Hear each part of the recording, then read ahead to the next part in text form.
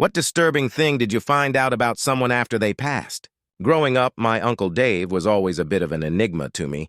He was my dad's older brother, a quiet man who preferred books to conversations and solitude to social gatherings.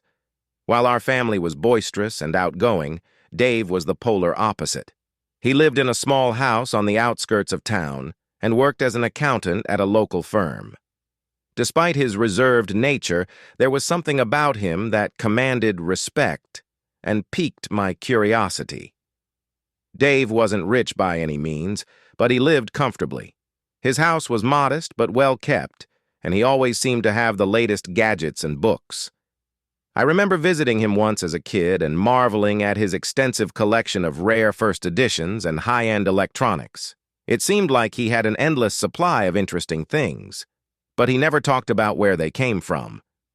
One evening, during a family dinner, I decided to ask my dad about Uncle Dave. "Dad, how come Uncle Dave has all those cool things? Does he make a lot of money as an accountant?" The more we dug into Uncle Dave's secret life, the more unsettling the revelations became. Among the documents, we found old letters and photographs that hinted at a side of Dave we never knew. There were pictures of him with people we didn't recognize, and letters addressed to him from various places around the world. One photograph stood out, a picture of Dave with a woman and a young boy. They looked happy, almost like a family. My dad and I were puzzled. Uncle Dave had never mentioned a wife or child. Who were these people? We decided to visit one of Dave's closest friends, a man named Peter who had worked with him for many years. Maybe he could shed some light on the mystery. When we arrived at Peter's house, he welcomed us in and listened quietly as we explained what we had found. Peter sighed heavily.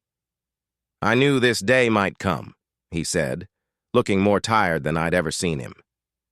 Dave was a good man, but he had his demons. That woman in the photo is Laura. She was the love of his life. My dad and I exchanged shocked glances. "Why didn't he ever tell us about her?" my dad asked. "Dave was a private person," Peter explained. "Laura and their son, Michael, were a part of his life he kept separate from everything else. He met Laura while working abroad. They had Michael shortly after. But things didn't go as planned. Laura passed away in a car accident when Michael was just a toddler. Dave was devastated." Peter paused, gathering his thoughts. After Laura's death, Dave didn't know how to cope.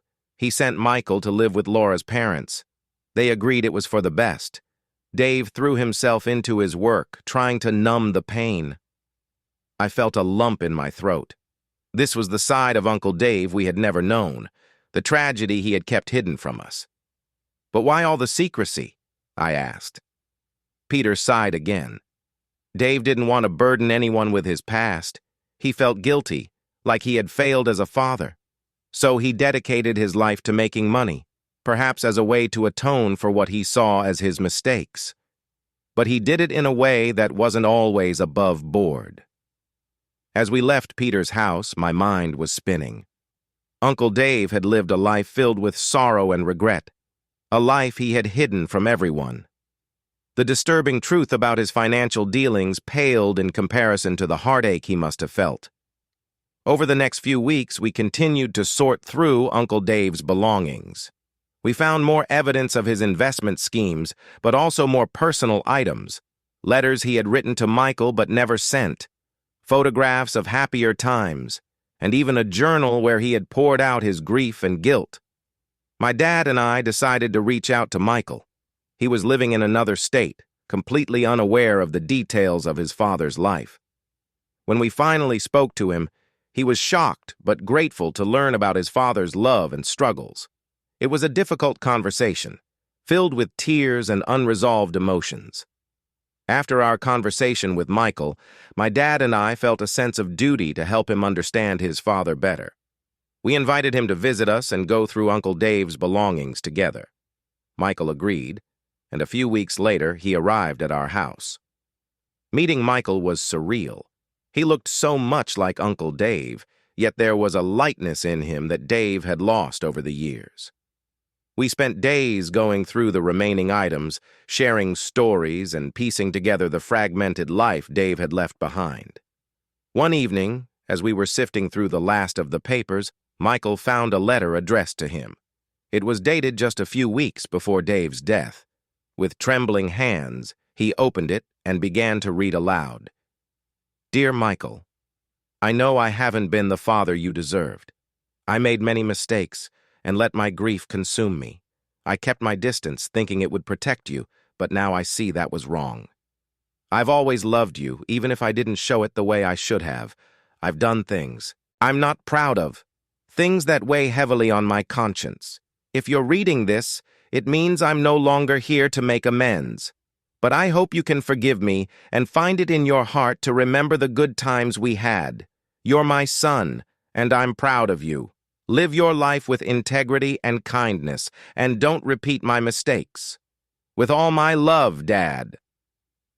There wasn't a dry eye in the room by the time Michael finished reading.